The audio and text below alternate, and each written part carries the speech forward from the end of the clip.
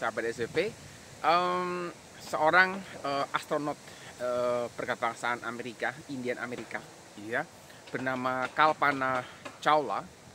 Semoga betul ngomongnya. Dia pernah berkata bahwa jalan dari sebuah mimpi menuju sukses itu ada, dan modalnya itu adalah visi untuk meraihnya, kemudian komitmen untuk melakukannya, dan keteguhan hati untuk mengikutinya. Jadi untuk menuju satu kesusahan itu orang perlu visi, karena dengan punya visi maka dia itu punya gambaran besar apa toh yang akan dia lakukan, apa akan dia lakukan untuk menjangkau itu, apa yang dia impikan, begitu ya. Nah, ini mendorong untuk punya semangat lebih besar, kemudian punya komitmen untuk melakukannya, karena bagaimanapun juga proses untuk mencapai mimpi itu pasti ada lika-likunya, ada naik turunnya, begitu ya, dan akan melewati proses yang tidak mudah. Dan ketika prosesnya tidak mudah, apakah seseorang itu punya komitmen untuk terus mengerjakannya? Dan terkait dengan komitmen ini, maka juga perlu keteguhan hati untuk mengikutinya. Artinya orang pasti punya keyakinan bahwa mimpinya, visinya itu ada sesuatu yang benar, sesuatu yang cocok buat dia. Kalau tidak demikian, maka dia tidak akan punya semangat untuk mengejar impian itu. Sehingga saya setuju dengan apa yang disampaikan oleh Kalpana ini, yang dia mengatakan ini kok cocok gitu ya dengan materi yang akan kita bicarakan pada hari ini. Jadi itu bagian pembukaan yang akan kita awali, dan setelah yang satu ini kita akan lanjutkan materinya.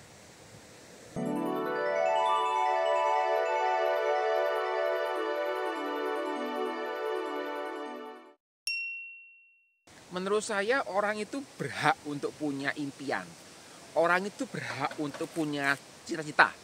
Orang itu berhak untuk punya sesuatu yang ingin diraihnya di masa yang akan datang. Mungkin terkait dengan karir, mungkin mengembangkan diri, mungkin mengembangkan hobi gitu ya, dan sebagainya.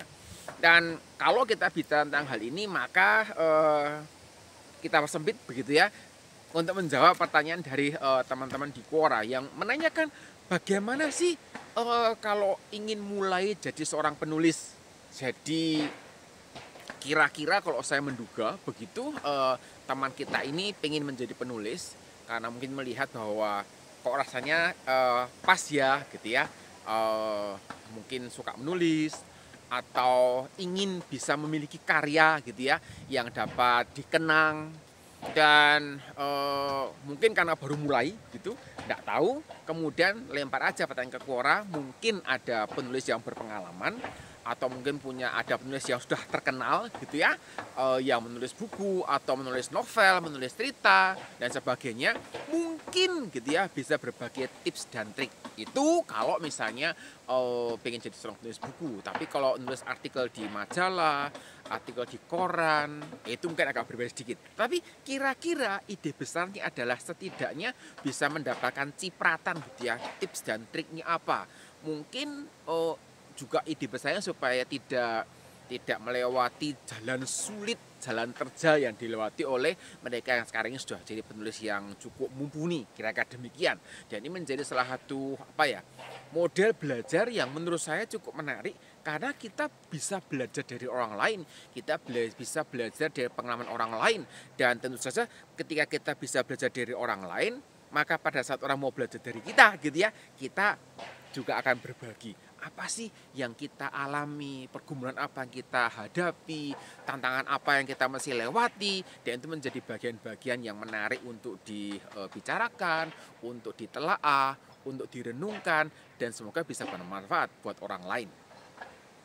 Kalau kita bicara tentang sebuah impian gitu ya, sesuatu yang ingin diraih, sesuatu yang ingin dikerjakan, sesuatu yang semoga bisa memuaskan hasrat pribadi, kira-kira demikian, maka ada satu hal yang kita mesti pegang baik-baik, yaitu yang namanya motivasi. saya melihat bahwa motivasi ini menjadi salah sumber kekuatan buat semua orang untuk mengerjakan sesuatu, memberikan semangat tersendiri untuk meraih sesuatu. Jadi ketika orang itu punya motivasi untuk menjadi penulis gitu ya, punya keinginan untuk menjadi penulis, motivasinya apa? Oh, motivasinya adalah nanti ke depan saya ingin bekerja menjadi seorang penulis novel misalnya. Nah, motivasi dan atau keinginan ini menjadi dorongan yang sangat kuat yang mendorong orang ini untuk belajar. Dan melalui motivasi ini itu juga memberikan apa ya, semacam adrenalin begitu ketika menghadapi kesulitan, tidak mudah menyerah. Kenapa? Karena punya motivasi yang kuat. Karena motivasi jadi sumber kekuatan. Jadi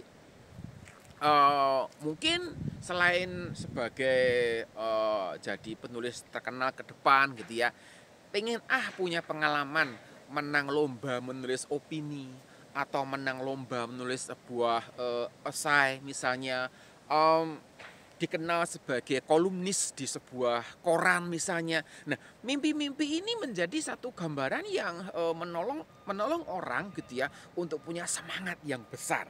Dan saya merasa bahwa itu bukanlah sesuatu yang mulu-mulu.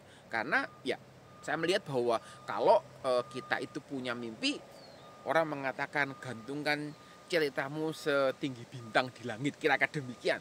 Artinya setinggi mungkin begitu. Sehingga kalau toh misalnya tidak mencapai itu gitu ya, tetap tinggilah yang diraih, kira-kira demikian. Dan ini menjadi sesuatu yang cukup menarik juga kalau kita bicara tentang proses gitu ya. Proses kedepan seperti apa, jalan panjangnya bagaimana, dan ya bolehlah.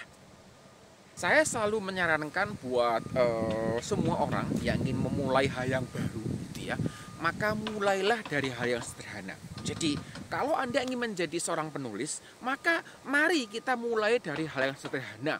Jadi menulislah hal-hal yang sederhana, hal yang ada di sekitar kita misalnya. Mungkin tidak perlu sesuatu yang sangat spektakuler begitu, dan ini menjadi satu langkah awal yang orang bisa kerjakan. Jadi dari yang sederhana ini gitu ya, apa pendapat Anda tentang sampah misalnya, tentang pengolahan sampah, tentang orang yang buang sampah sembarangan gitu ya, bagaimana pendapat Anda tentang sekolah saat ini gitu ya, bagaimana pemikiran tentang anak muda yang dianggap mungkin masih bau kencur kira gitu, atau bagaimana pandangan Anda atau pendapat Anda tentang gaya hidup, mungkin penuh hedonisme atau apa, ada pergumulan-pergumulan apa yang dihadapi anak muda zaman sekarang terkait dengan gaya hidup. Mungkin gitu ya, mungkin Anda punya jawaban yang berbeda, tidak masalah. Atau Anda pengen mengkritisi pendapat orang lain gitu ya, tidak ada masalah gitu. Jadi mulailah dari hal yang sederhana. Dan sebenarnya kalau sudah mendapatkan satu ide gitu ya, mau nulis apa, hal yang sederhana, setidaknya itu memberikan satu modal awal yang membuat Anda itu bisa mulai untuk menulis. Nah, saya masih ingat gitu ya, ketika dulu saya masih sekolah,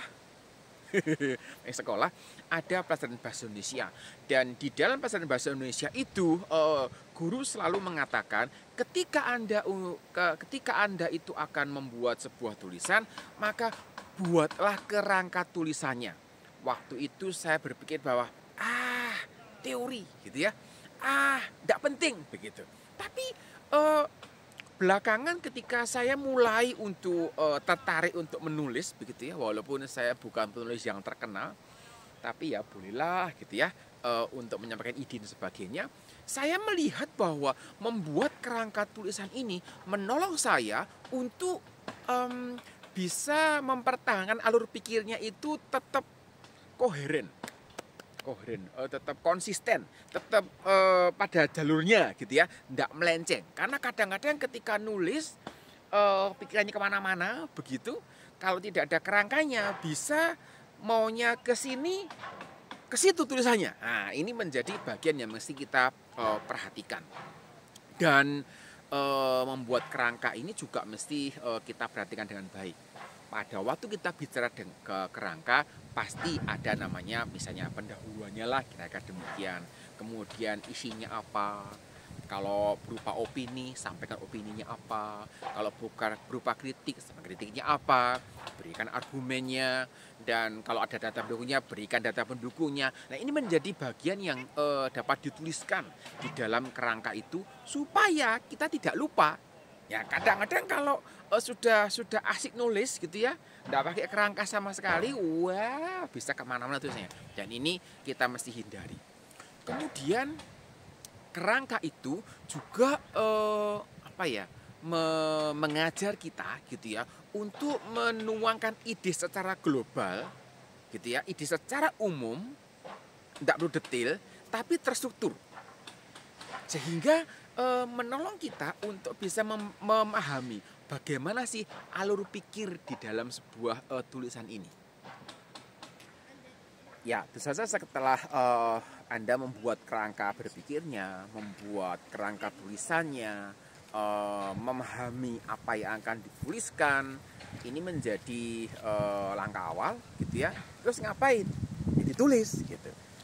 Ditulis. Setelah ditulis, jadi kemudian dibaca ulang gitu ya. Mungkin ada hal-hal yang kurang mau ditambahkan, begitu setelah jadi mintalah pendapat orang lain. Jadi ini semacam umpan balik begitu ya, belajar dari orang lain. Mungkin gitu ya, setelah orang baca tanya pendapat mereka gitu ya, kamu nangkepnya apa sih dari tulisan itu gitu. Kalau mereka nangkepnya itu sama, berarti kira-kira gitu ya cara Anda menulis ini sudah lumayan lah gitu ya. Artinya apa yang Anda pikirkan itu bisa Anda tuangkan sehingga orang itu bisa mengerti apa yang Anda pikirkan. Kasih juga pendapat yang lain gitu. Tapi pada waktu diberikan kepada banyak orang, orang-orang ini kok nangkapnya beda ya dengan apa yang saya pikirkan. Kemungkinan besar cara Anda menulis itu belum pas. Dan ini tidak mudah untuk mendapatkan feedback bagaimana menuliskan yang tepat gitu. Tapi setidaknya Anda tahu bahwa oh ternyata saya ini punya kelemahan adalah saya ini belum bisa menuangkan ide, menuangkan pemikiran dalam bentuk tulisan. Nah, kembali lagi ketika sudah ada ini maka bisa menjadi satu ide untuk perbaikan. Dan kalau gitu ya, kalau di antara mereka itu bersedia, mereka juga bisa memberikan misalnya koreksi kalimat, mungkin koreksi gaya penulisan. Dan ini saya tahu bukan hal yang mudah gitu ya, karena walaupun kita ini orang Indonesia, lahir, besar, tinggal di Indonesia, belajar bahasa Indonesia, menggunakan bahasa Indonesia sehari-hari gitu ya. Sehari-hari kita berbicara dalam bahasa Indonesia secara umum, tetapi tidak mudah untuk menuliskan hal ini gitu ya. Sehingga ada itu kalimatnya panjang sekali tetapi tidak lengkap, tidak ada subjeknya, tidak ada predikatnya dan sebagainya. Kemudian kadang-kadang kalimatnya itu menggunakan kalimat majemuk bertingkat sehingga cukup panjang, komplit si kalimatnya, tetapi karena terlalu panjang orang itu sulit memahami. Atau mungkin penggunaan gaya bahasa yang monoton, penggunaan gaya bahasa yang ya itu aja gitu, atau penggunaan kosakata yang terbatas. Nah, ini juga bisa dicermati. Saya menyadari bahwa tidak semua orang bisa memberikan umpan balik sampai sedetail itu, gitu. Tapi setidaknya setiap orang itu bisa memberikan umpan balik. Kira-kira tentang apa sih tulisannya, kira-kira begitu. Nah, buat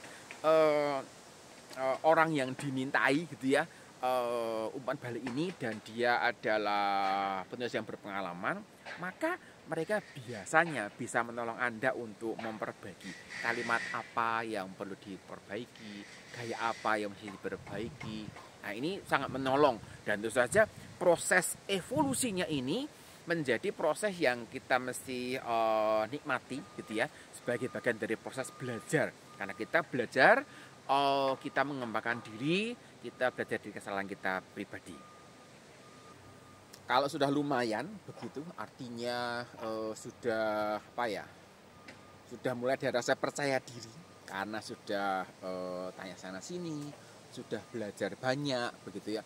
Mulailah mengirimkan artikel itu ke media yang sifatnya terbatas, tertutup, misalnya buletin di sekolah, komunitas rohani, misalnya Anda aktif di gereja punya buletin mungkin, atau Anda aktif di remaja masjid, bisa juga nulis di sana kalau ada artikel yang dapat dikirimkan. Sederhana gitu ya, mungkin tidak terlalu panjang, tetapi sesuatu yang Anda bisa mulai latih gitu ya, ketika tulisan Anda ini dievaluasi untuk diterbitkan di dalam sebuah media. Dan itu juga yang saya lakukan. Jadi saya mulai menulis itu ketika kuliah. Ketika kuliah saya melihat bahwa menarik sih dunia menulis ini gitu, karena saya bisa menyampaikan ide pemikiran. Kemudian saya mulai nulis, tanya sana sini, tanya feedback sana sini gitu ya. Kemudian saya mulai memberanikan diri untuk mengirimkan artikel itu ke sebuah buletin gereja di kalangan anak-anak muda, anak-anak SMA, anak-anak kuliah begitu. Dari situ saya dapatkan masukan dari editornya gitu ya. Idenya oke gitu ya, tapi kalimatnya kok boring, membosankan begitu. Wah, ini berarti mesti belajar lagi. Dan itu yang saya kerjakan. Kemudian dalam sebuah kesempatan saya berjumpa dengan seorang psikolog yang cukup dikenal di Indonesia. Dari beliau saya mengenal dunia yang namanya Kompasiana. Beliau penulis aktif di Kompasiana, menuliskan banyak artikel di sana.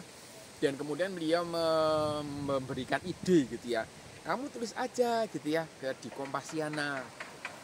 Ya, kalau artikel di Kompasiana pasti diterbitkan semuanya begitu. Tapi ide besarnya adalah masuk ke dunia lebih luas lagi.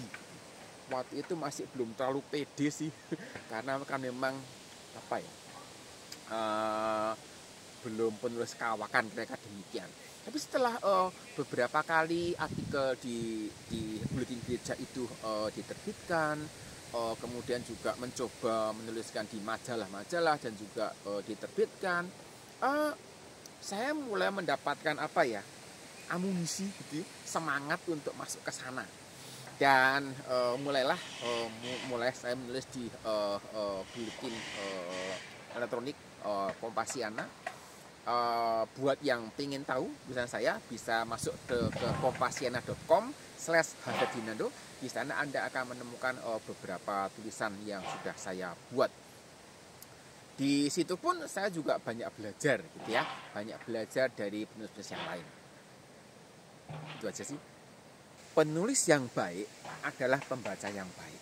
Artinya kita ini kalau ingin belajar menulis yang baik gitu ya, tidak pernah kekurangan sumber untuk belajar. Kenapa? Kita dikelilingi oleh berbagai macam informasi yang kita bisa pakai. Artinya kalau Anda tertarik untuk menulis di opini, di majalah, di media massa seperti itu, kita punya banyak media massa yang banyak opini yang beredar di sana gitu ya. Anda bisa belajar bagaimana menulis opini yang baik. Masih lihat bagaimana polanya, gambaran umumnya seperti apa, kira-kira demikian. Kalau Anda tertarik untuk menjadi seorang penulis novel misalnya, ada cukup banyak novel juga gitu ya yang beredar gitu ya. Mulai dari versi cetak, versi elektronik gitu ya, atau mungkin versi audio gitu ya yang kita bisa dengarkan. Kalau novel agak luas gitu ya, karena kan cukup panjang tulisannya. Tapi cerpen cerita pendek misalnya, itu juga bisa dipakai gitu ya. Bagaimana alur cerita yang baik, bagaimana memainkan emosi pembaca, kira-kira demikian. Nah, itu hal-hal khusus yang kita bisa dapatkan spesifik dari bahan-bahan yang kita pelajari. Jadi secara umum adalah ketika kita membaca karya orang lain, ketika kita itu memperhatikan apa yang dikerjakan orang di dalam karya tulisannya, maka kita ini belajar yang namanya gaya penulisan. Jadi bagaimana sih gaya penulisan yang cocok?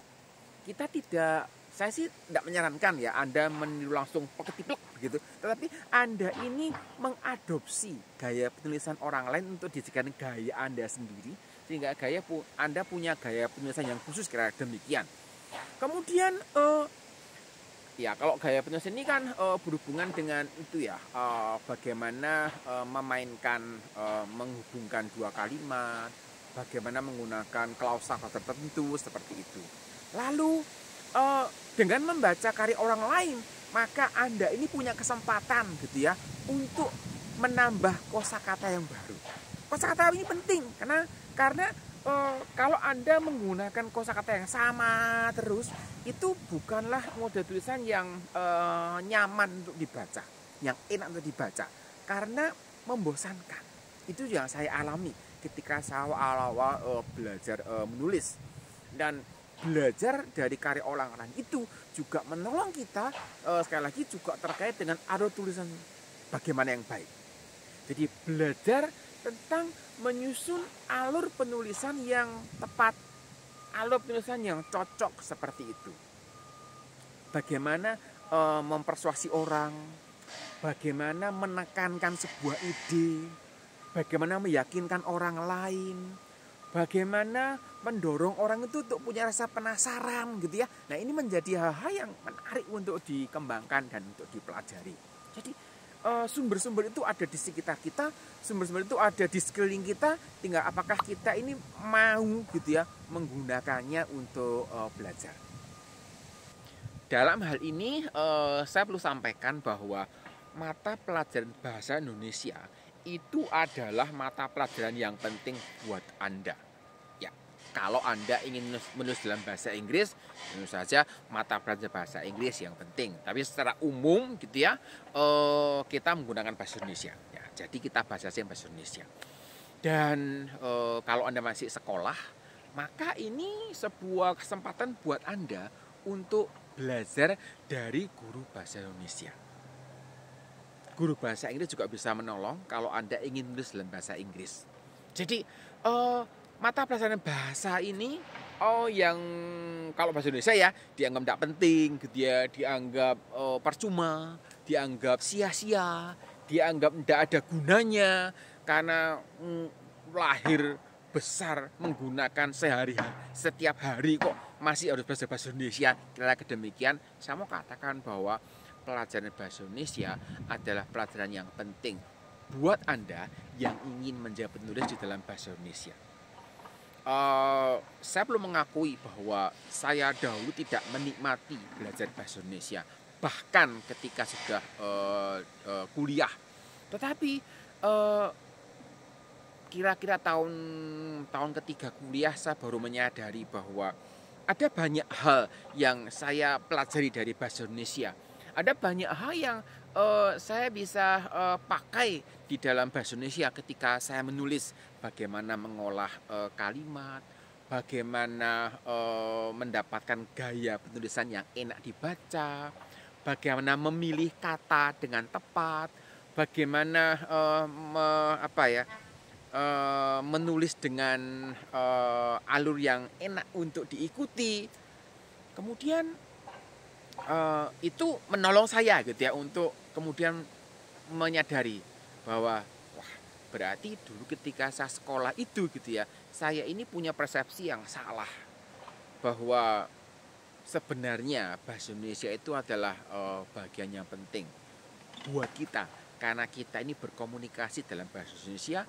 Kalau berbicara gitu ya dalam forum informal mungkin tidak ada masalah. Tetapi ketika berbicara dalam forum yang formal, tidak seorang bisa loh, nah, gitu ya. Apalagi kalau kita bicara menulis. Oleh karena itu, buat sahabat SMP yang masih sekolah, yang masih berhubungan dengan mata pelajaran bahasa Indonesia, mungkin Anda perlu mengubah pemikiran ini dan melalui mata pelajaran bahasa Indonesia ini, gitu ya. Buat Anda yang ingin belajar menulis, maka Anda akan punya mentor yang terbaik. Karena seharusnya seorang guru bahasa Indonesia adalah orang yang tepat ketika Anda ingin mengembangkan kemampuan nulis, ketika Anda ingin belajar nulis yang lebih baik lagi. Dan menurut saya dari beliaulah Anda bisa belajar gaya penulisan, alur yang tepat, dan banyak hal yang dapat digali lagi. Saya bukan guru bahasa Indonesia, saya tidak mengerti detail seperti apa. Tapi kira-kira demikian yang kita bisa capai. Jadi pada waktu kita bicara tentang mimpi menjadi seorang penulis tadi, maka ada langkah-langkah yang kita mesti kerjakan. Kita perlu visi yang kuat, kita perlu komitmen gitu ya, kita perlu keteguhan hati seperti yang disampaikan oleh Kapana tadi. Saya harap topik hari ini gitu ya memberikan semangat buat Anda yang ingin jadi penulis untuk bisa mulai gitu ya investasi waktu untuk mengerjakan bagian yang dapat dikerjakan. Oke, saya kira itu dulu biasa sampaikan. Kita jumpa lagi di topik yang berbeda, di tempat yang berbeda. Semoga bermanfaat. Sampai jumpa.